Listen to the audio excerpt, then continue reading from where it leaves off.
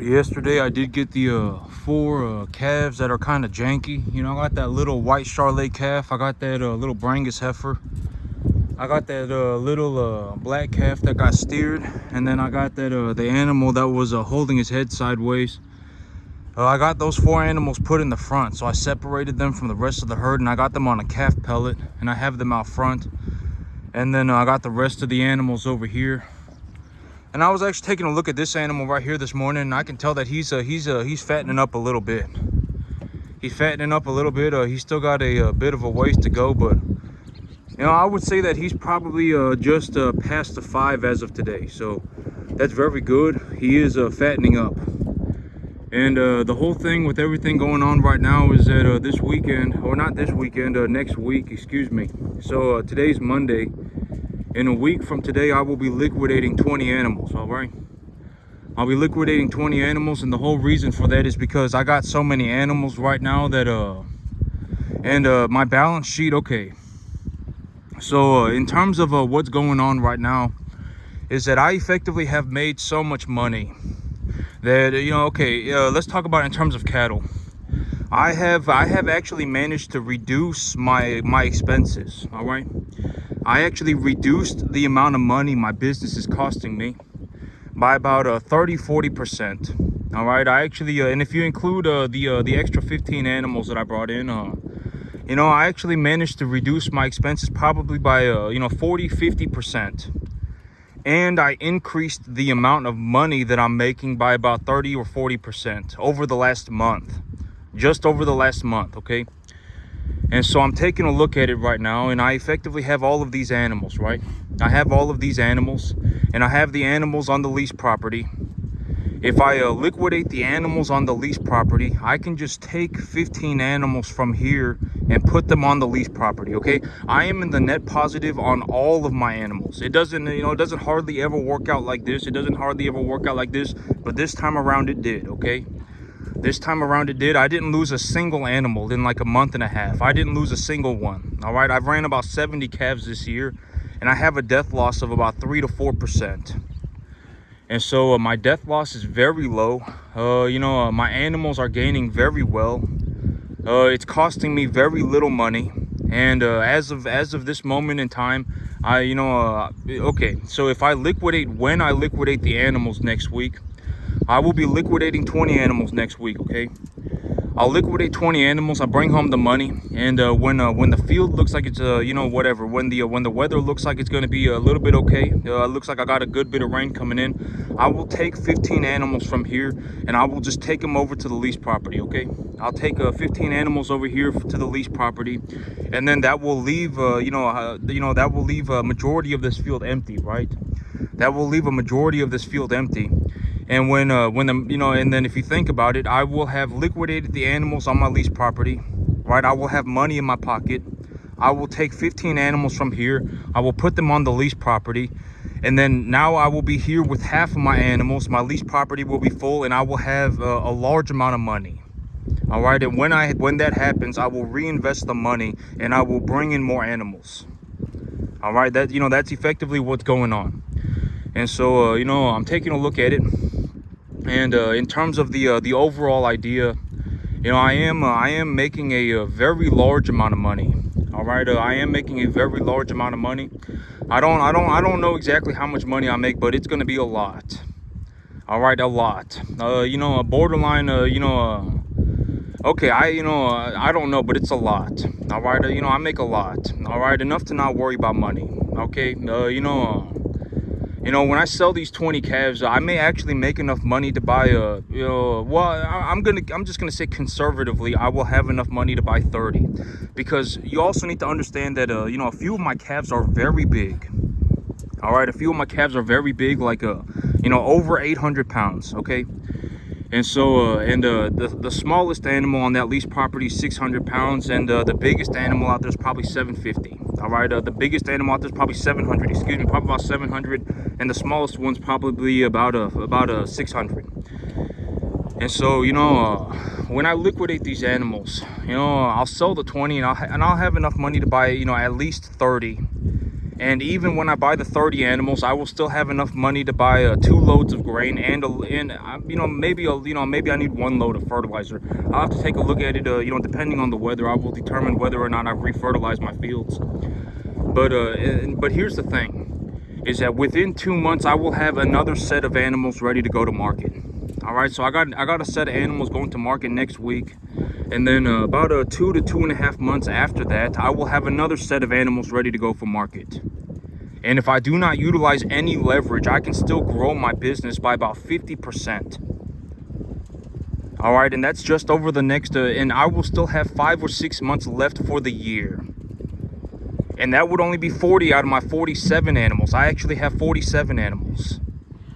I don't have 40, I have 47. All right, so I'm taking a look at it. I understand that I'm making a massive amount of money. I don't even know how much money I make. I make a lot. All right, when I take a look at it in terms of a realistic sense, and I just take a look at it for what it is, I make more money running my cattle business than practically anybody makes on the planet doing anything. You could be a doctor, and I would probably make more money than a doctor. I make more money than most lawyers. All right, I make more money than effectively anybody doing anything on the entire planet. All right, and here's another way to look at it. Okay, because let's just say that things go okay, right? Let's just say things go okay. Things don't go exceptionally well, and things don't go exceptionally bad. Things just go okay. All right, let's just imagine that things go okay. When I sell my 20 animals, right, and these are the animals that I'm raising, right, you can take a look at them for yourself. I raised all of my animals to a commercial standard, and I got them all squared away, all right, and I got them all squared away, multiple shots of BRD vaccinations, multiple doses of BRD vaccinations, multiple doses of Covaxin, all been dewormed, etc., all been steered properly, and etc., okay. They're all conditioning properly, the list goes on, okay. So the animals are being raised by me, and I am raising the animals to a commercial standard, and I have commercial grade animals, okay? And so I take a look at these animals, and I just say, okay, well, just imagine that everything goes okay. Things don't go better than expected, but things don't go worse than expected, right? Let's just imagine that everything goes okay. Well, if everything just goes okay, things don't go, great, and things don't go bad, I will effectively be able to expand my balance sheet by about 50%.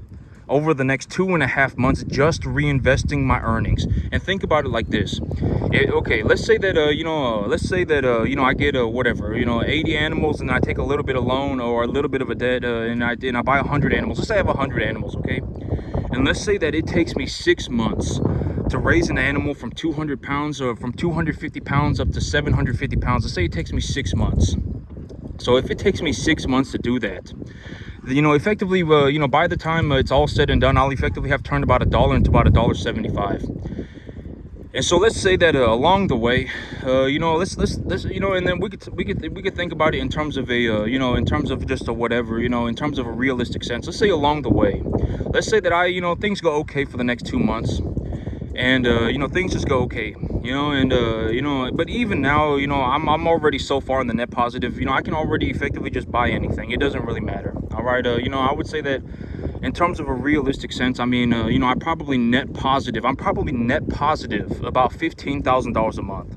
All right, net positive about 15 to 20,000. That's how much money I have left over. Okay, I would say that I have about $15,000 to $20,000 a month left over after I pay for everything.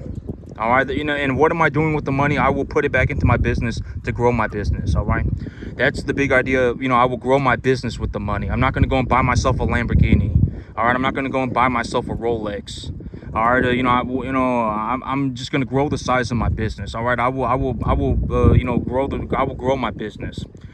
And so I take a look at it, and and here's a very let's say that let's just say that I decide that I want to spend 10 grand. For whatever reason, I've just decided I want to spend $10,000. Okay, I don't know why, but I've just decided I want to spend $10,000. If I have 100 animals, all right, I would just sell 5 of my animals, pocket the 10 grand, and then just go do whatever the heck it is that I want to do, right? That would still leave me with 95 animals, all right? And those 95 animals, when it's all said and done, when I liquidate them, I will probably make enough money to buy like 170. All right, It doesn't matter. All right, effectively, granted that I don't start doing drugs, granted that I don't start gambling, granted that I don't do something idiotic, drink all the time, granted that I don't start doing anything like that. I effectively have unlimited money. All right, I make more money running cattle than anybody on the entire planet makes doing just about anything. Legitimately, I'm not lying to you about it.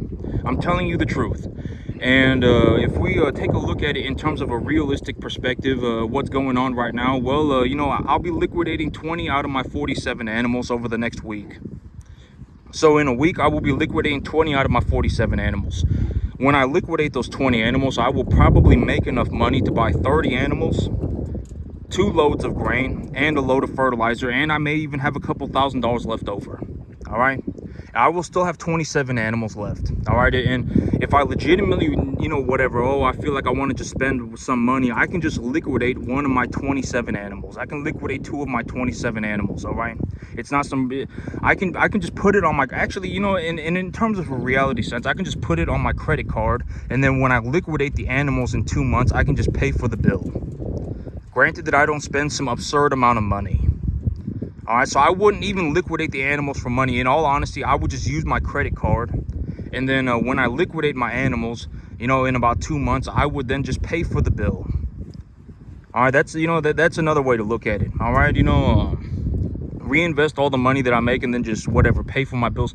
In terms of bills, in terms of the amount of money that I need, in terms of the amount of money that I make, and in terms of the amount of money that I spend out of the money that I make to pay for the things like my house, my car, my bills, it's about 10 to 25 cents. All right, I could pay for my bills 10 times over and it would not matter. I could pay for my bills 5 to 10 times over. All right, I legitimately put all of my money into my business. All right, I would say that I actually, okay, because the whole thing about leverage and I'm not I've already said don't leverage yourself to the eyeballs. And in terms of how I utilize debt, it's just a very realistic way to look at it, right? If I sell 20 out of my 47 animals, right? If I sell 20 out of my 47 animals, that leaves me with 27 animals, right? And those 27 animals are stabilized. They're effectively good to go. All right, I would anticipate that things just more or less go okay with the 27 animals, and they will probably continue to produce me a profit for 2, 3, 4 months. 2 months for the bigger ones and 4 months for the smaller ones. And so I take a look at that and I would say, well, out of the 27 animals, 20 of them will probably be ready to go for market here in about 2.5 months, and they will have gone up in value. And if I just leverage against the number of animals that I have, and I take a look at the animals, and the animals have an unrealized gain value on them, then the unrealized gain now becomes my safety buffer, right? And I'm not going to bring in all of my animals at the same time. I would have 27 animals at home that are stabilized. When I sell the 20, I can take the 15 off of my stabilized herd to the lease property. I can put them on the lease property. That leaves me with whatever, 17 animals here, whatever it may be, something like that, 12 animals here. And then I will have enough money to buy 30, right? And so I take a look at it, and I may, but that's more or less just how it is. All right, I grow the size of my business, and at the end of the day, when it comes to paying bills, you really don't want to be in a situation where you're living hand to mouth. Okay, I talk about this. You don't want to be in a situation where you're living hand to mouth. If someone, you don't want to be in, because okay, if you hang around a bunch of people that live hand to mouth, you'll end up in that same situation yourself. Okay, you can't help it. All right, it just is what it is. All right, I'm telling you, I'm just saying, in terms of my realistic perspective, I could pay for my bills like 10 times over and it would not matter.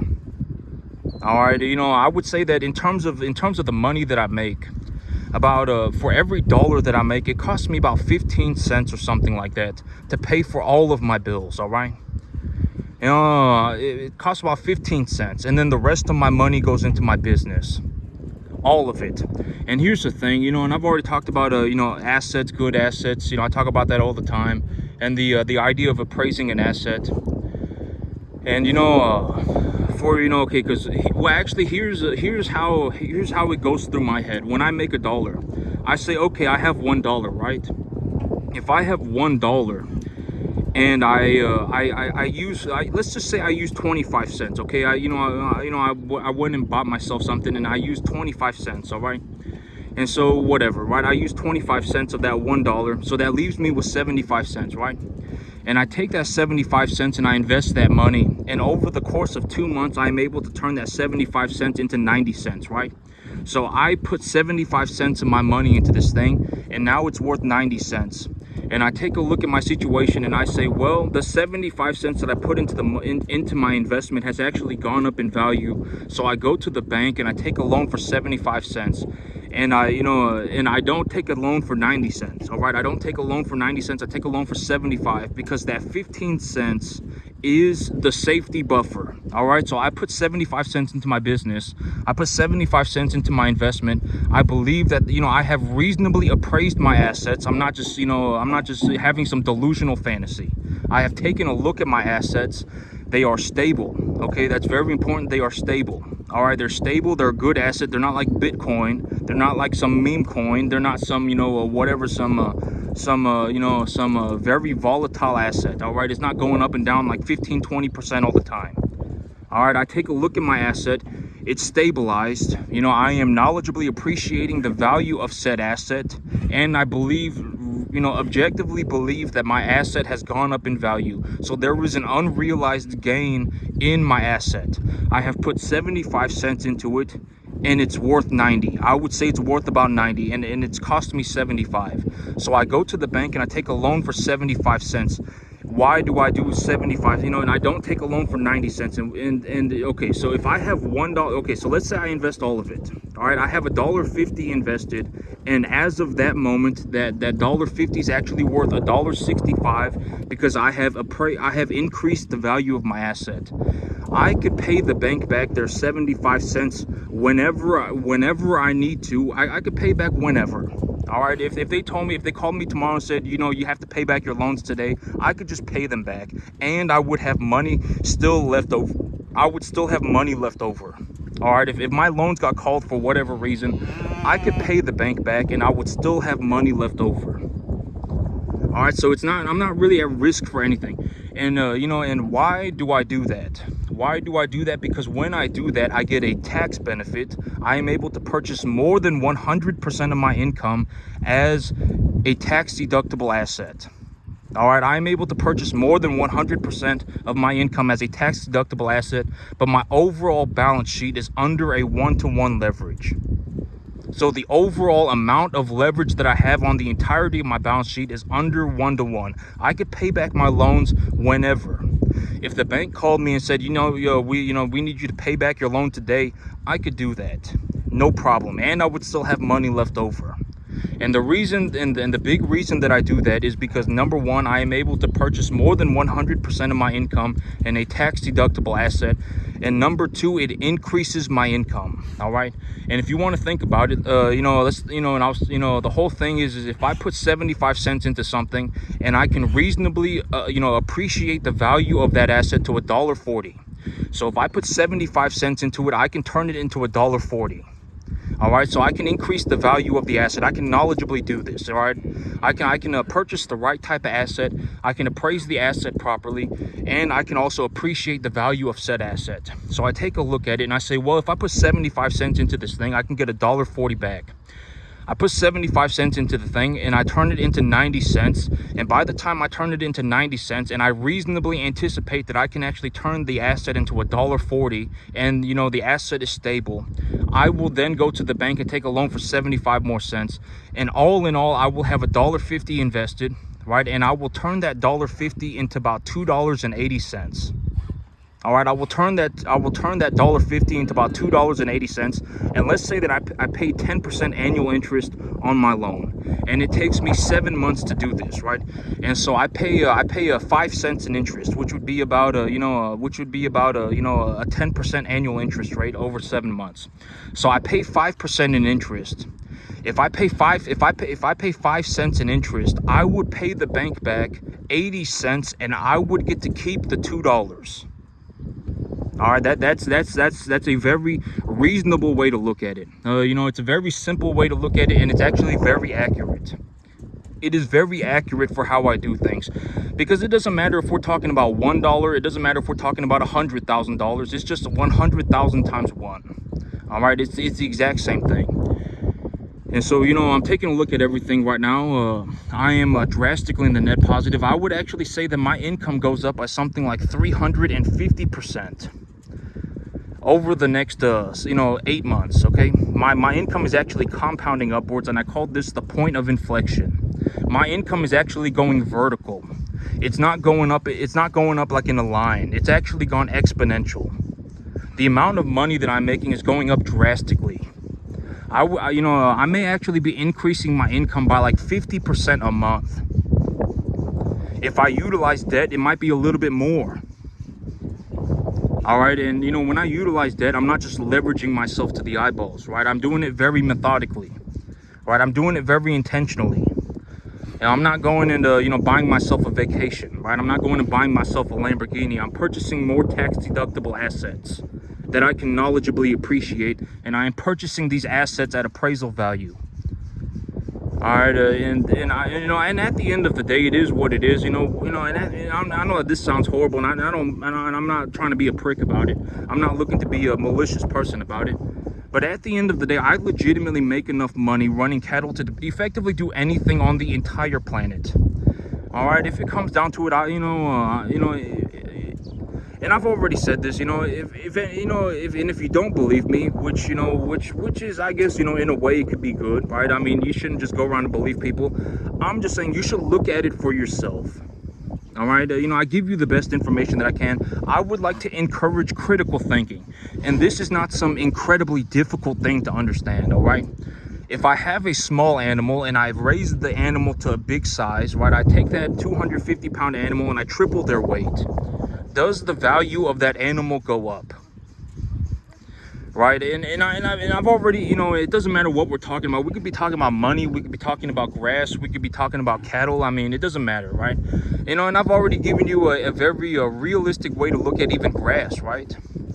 Like when we're looking at grass, let's say that you have a field and you've properly diagnosed your, your mineral deficiencies. Well, grass is a little bit more complicated.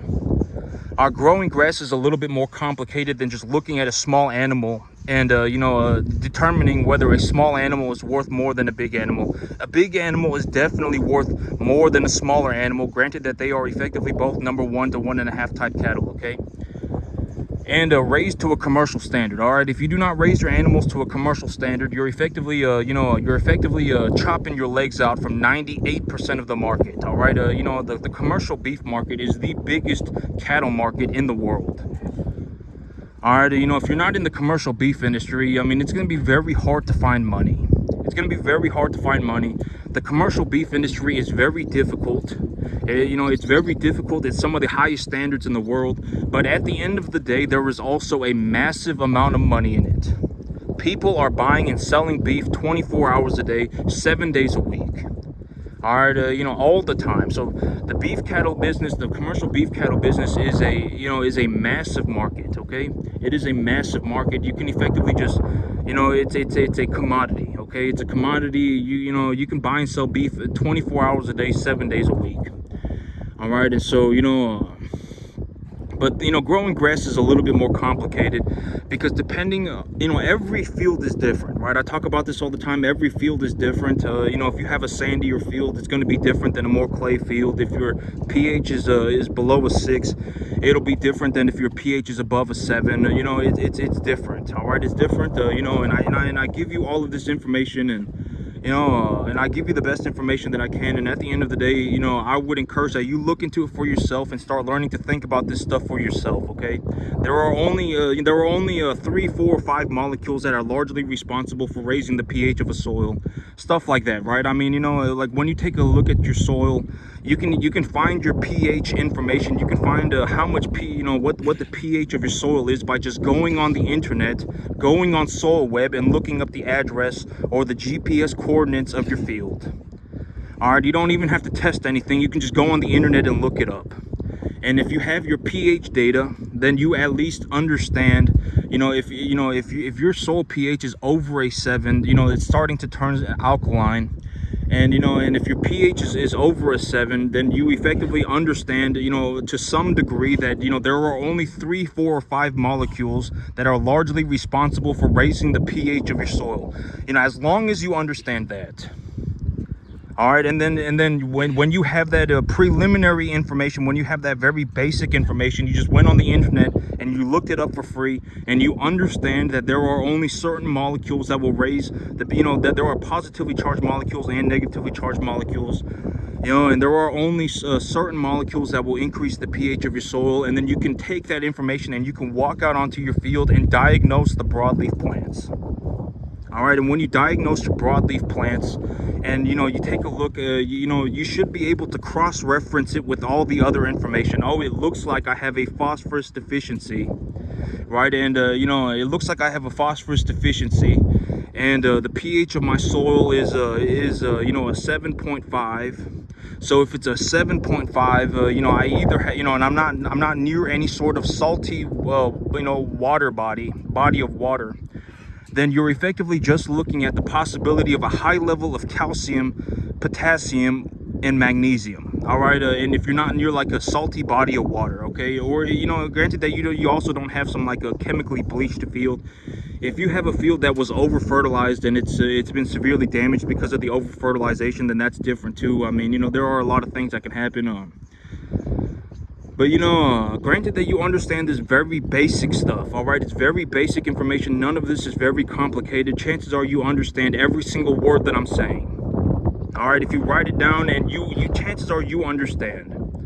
All right, if you look up your address, if you look up your GPS coordinates on a website called SoilWeb, you can actually find the pH data of your soil on the internet for free. All right, you can find it on the internet for free. There are only certain molecules that will raise the pH of your soil. All right, you understand every word that I'm saying, right? It's not very complicated. None of this stuff is very high levels of critical thinking. It's very simple.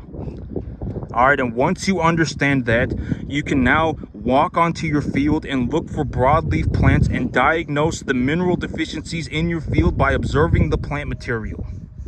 If you're able to find something like a clover, that's fantastic, because clover will actually create some of its own nitrogen by, interacting with Rhizobacter. All right, and if your clover is doing substantially better than any other plant on the field, chances are your field needs nitrogen. If you have a phosphorus deficiency, you should also understand that for every molecule of phosphorus that is metabolized by the plant, it will metabolize substantially more nitrogen and potassium. All right, so if you have a phosphorus deficiency, you will also probably have to correct a potassium and a nitrogen deficiency. And chances are you do have a phosphorus, I redact that, because the whole thing is every field is different. Every field is different. You need to go out and take a look at your field, okay? You need to go out and take a look at your field. When you have a positively charged nutrient, when you have a positively charged mineral, just understand that the soil is negatively charged, okay? The soil is negatively charged. If you do not do something to push that positively charged fertilizer into the field, right, into the soil profile, it will effectively bind to the soil and be stuck there, right? It'll be stuck in the top 2 inches of your soil. So you want to, and there are times when it rains substantially. If there's a substantial amount of rain, there will actually be vertical movement of minerals into the field, positively charged minerals into the field. And how do you observe this? If you have a tomato plant on the ground, you can put a little bit of something like let's say that you have a potassium and a sulfur deficiency, and you utilize a little bit of a potassium sulfate, and you can just top dress it, and then you can water it in real good. If you water it in real good, you will actually be able to see that potassium deficiency correct itself. All right, and so there are times when, maybe, about 2 times a year, I would say, for me in my area, where you can actually get a movement of positively charged fertilizers, positively charged molecules into your soil profile. There's about 2 times a year that it can happen.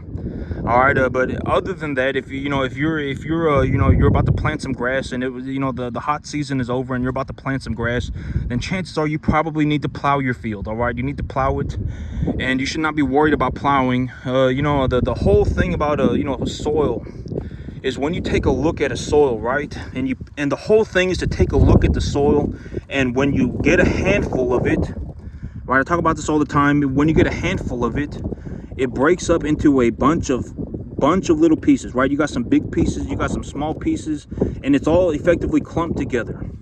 So, I'll ask the question right now, what causes the soil to clump together like this, right? What causes the soil to clump together? The soil clumps together because of bacteria in the soil. All right, there's bacteria in the soil, and when they metabolize, whatever it is that they metabolize, the bacteria will excrete a protein called glomalin. All right, and that glomalin is sticky, and it causes the soil to compact. It causes not the soil to compact, it causes the soil to stick together. So if you're visually looking at a field, like let's say that you're watching a YouTuber, right? And let's say you're watching a YouTuber. This is something, this is something that I pick up on all the time. If you're watching somebody and you look at their field, if their field looks like a bunch of dust, if their field looks like a bunch of dust, their field does not clump together like this. When they pick up their soil, the soil does not clump together, and there's not a lot of little pieces. If their soil looks like dust, then they are overworking their field. All right, that's a visual indicator of whether or not you are actually damaging your soil. Because you can actually improve the quality of your soil. You can actually improve your environment by plowing your field. It will push air into your soil, and that air will actually feed the microbes, and it will actually improve the quality of your environment. But if you are plowing your field so often that it is causing your soil to turn into dust, then that is not good. All right, so and this is, whenever the next time you're watching somebody farm on YouTube,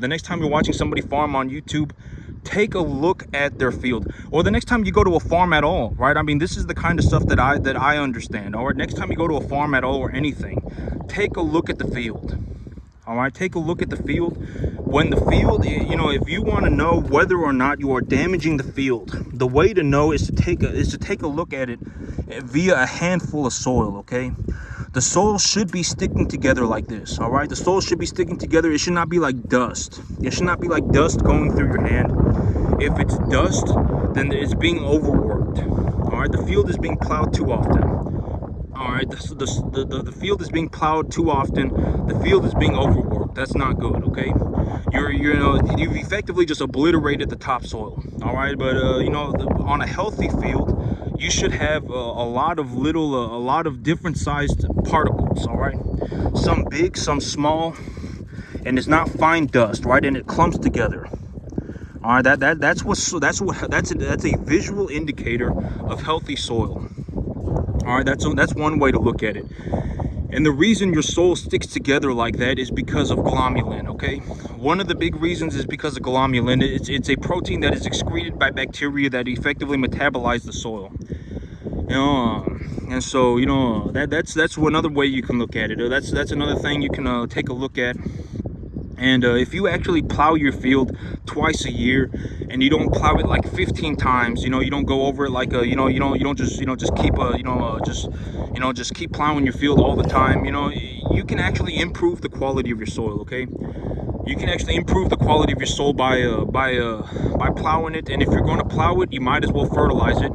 And when when you fertilize it, and you put a positively charged fertilizer in your field, all right, you don't have to really worry about it damaging your environment, because that positively charged fertilizer will bind to the soil. All right, you don't have to worry about it damaging the environment, because the soil is negatively charged, your fertilizer is positively charged, and it will bind itself to the soil particles. All right, and so and then as the year continues, you can utilize a negatively charged fertilizer, whatever negatively charged fertilizer that you need to utilize as a top dressing, and then that negatively charged fertilizer will repel against the soil, and when it is when there's water, it will effectively create a solution, and then it will be pushed through the field. Okay, and then it will come into contact with the roots of the plant, where it will then be metabolized. All right, so there are many ways to do this. Okay, and I would encourage that you think about it for yourself. Okay, You know, I give you the information that I have. You know, I give you the best information that I can, and I give you the I give you the information that I have for free. At the end of the day, it's not going to mean anything if you don't know how to think of this stuff for yourself. Okay, if you don't do any, and I've always said that the most important thing is that you actually have to do the work. All right, you actually have to do the work. I learned this stuff while I was working on it. All right, I was systematically improving myself, and I was looking to do better for myself, and I found this information. But you have to do the work. If you do not do the work, it's not going to do anything. Okay, it's not going to do anything. If you don't do the work, you're not going to be able to do any of this stuff at all. And at the end of the day, I'm here to show you what's possible. Okay, I'm here to show you what's possible. I actually made it. I'm not gonna give you some whatever, right? At the end of the day, I actually made it. All right, I actually made it. I do very well for myself. My income is going up on a vertical scale. I do very well for myself. Okay, I do very well for myself. And I effectively do all of this stuff by myself. And I take a look at it, and I mean, you have to do the work. If you don't do the work, then it's not going to do anything. Okay, I'm just here to put you in the right direction. And at the end of the day, if you don't believe me, then which I guess in a way could be a good thing. Go and look for it. Go and do it yourself. All right, go and figure it out for yourself, like I did, and then it will make more sense. But in terms of all sincerity, I am giving you the best information that I can. All right, I'm not giving you the wrong information. Nobody cares about an opinion. I actually do this stuff in real life, and in reality, I actually make more money running cattle than effectively anybody makes doing anything on the entire planet. I make more money than a majority of lawyers. I make more money than a majority of doctors. I make more money than I make more money running cattle than effectively anybody does doing anything.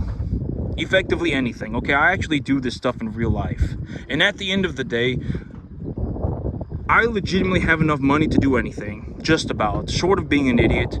If it comes down to it, I will just be rich by myself. Okay, I'm not saying that to be a horrible person. I'm not saying that to be a prick. But why would I go and be poor? All right, why would I be poor? If it comes down to it, I'll just be rich by myself.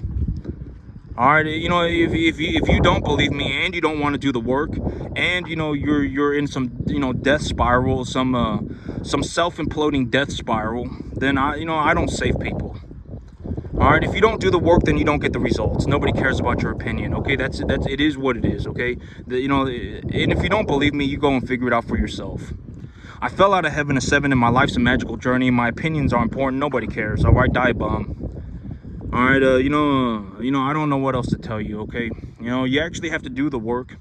If you don't do the work, then you won't get the results. And if you don't believe me, prove me wrong. All right, I make enough money doing this to effectively do anything on the entire planet. My income is actually going up exponentially. I'm doing very well for myself. Next week, I'll be liquidating cattle. What does it matter to me?